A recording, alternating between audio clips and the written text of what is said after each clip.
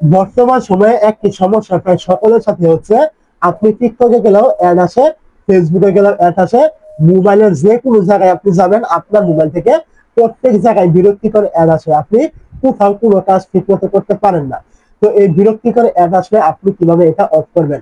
এটার মূলত দুইটা অপশন রয়েছে। একটা কাজ না হলে আপনি আরেকটা চেষ্টা করে দেখবেন, অবশ্যই আপনি এখান থেকে বেরিয়ে আসতে পারবেন। তো আপনি কি করবেন? প্রথম যে কাজটা রয়েছে, আপনার মোবাইলে অতিরিক্ত পরিমাণে বিরক্তিকর অ্যাড আসলে আপনি কি করবেন?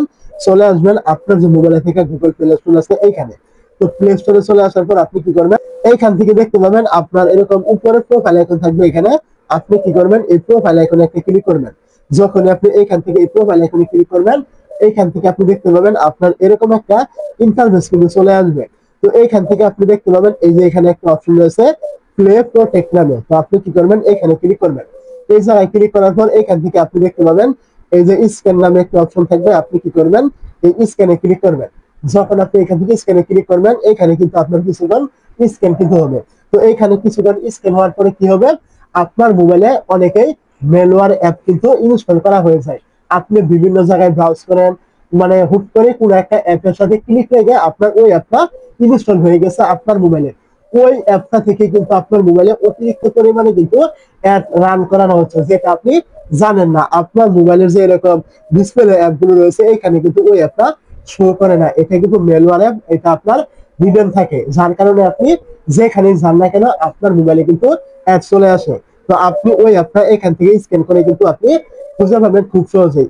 যদি আপনার এই মোবাইলে এরকম কোনো বিরক্তিকর কোনো ম্যালওয়্যার অ্যাপ থেকে থাকে, তাহলে কিন্তু ওই অ্যাপটা আপনার এখানে কিন্তু শো করবে।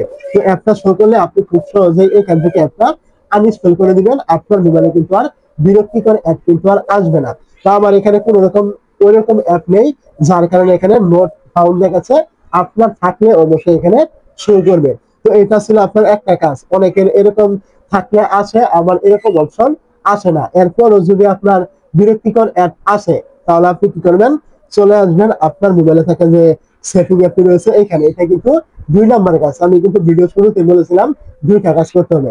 এটা করার পরেও যদি আপনার অ্যাপ না যায়, তাহলে আপনি কি করবেন? চলে আসবেন মোবাইলের সেটিং অ্যাপ থাকবে এইখানে। তো সেটিং অ্যাপে চলে আসার পর আপনি কি করবেন? এখান থেকে এক একজনের মোবাইলে কিন্তু আপনার এক এক রকম কিন্তু দেওয়া থাকে। তো এখানে অনেকের দেওয়া থাকবে অ্যাপ্লিকেশন ম্যানেজার, অনেকের দেওয়া থাকবে অ্যাপ ম্যানেজার, অনেকের দেওয়া থাকবে শুধুমাত্র অ্যাপ।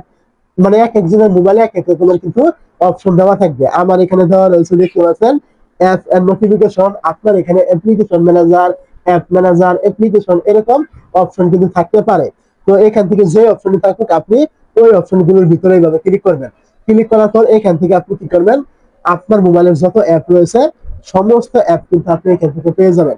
তো এখান থেকে আপনার যে অ্যাপগুলো আপনি মনে করেন কোনো রকম প্রয়োজন নেই, আপনার অ্যাপগুলো পরিচিত নয়, মানে আপনার অ্যাপের লোগো রয়েছে কিন্তু এই অ্যাপটা আপনার মোবাইলে মানে হুট করে আপনার অচেনা মনে হচ্ছে, যেগুলো মোবাইলে থাকে না, এরকম কোনো অ্যাপ আপনি এখান থেকে পেয়ে থাকেন, তাহলে ওই অ্যাপটা অবশ্যই আনইনস্টল করে দিবেন।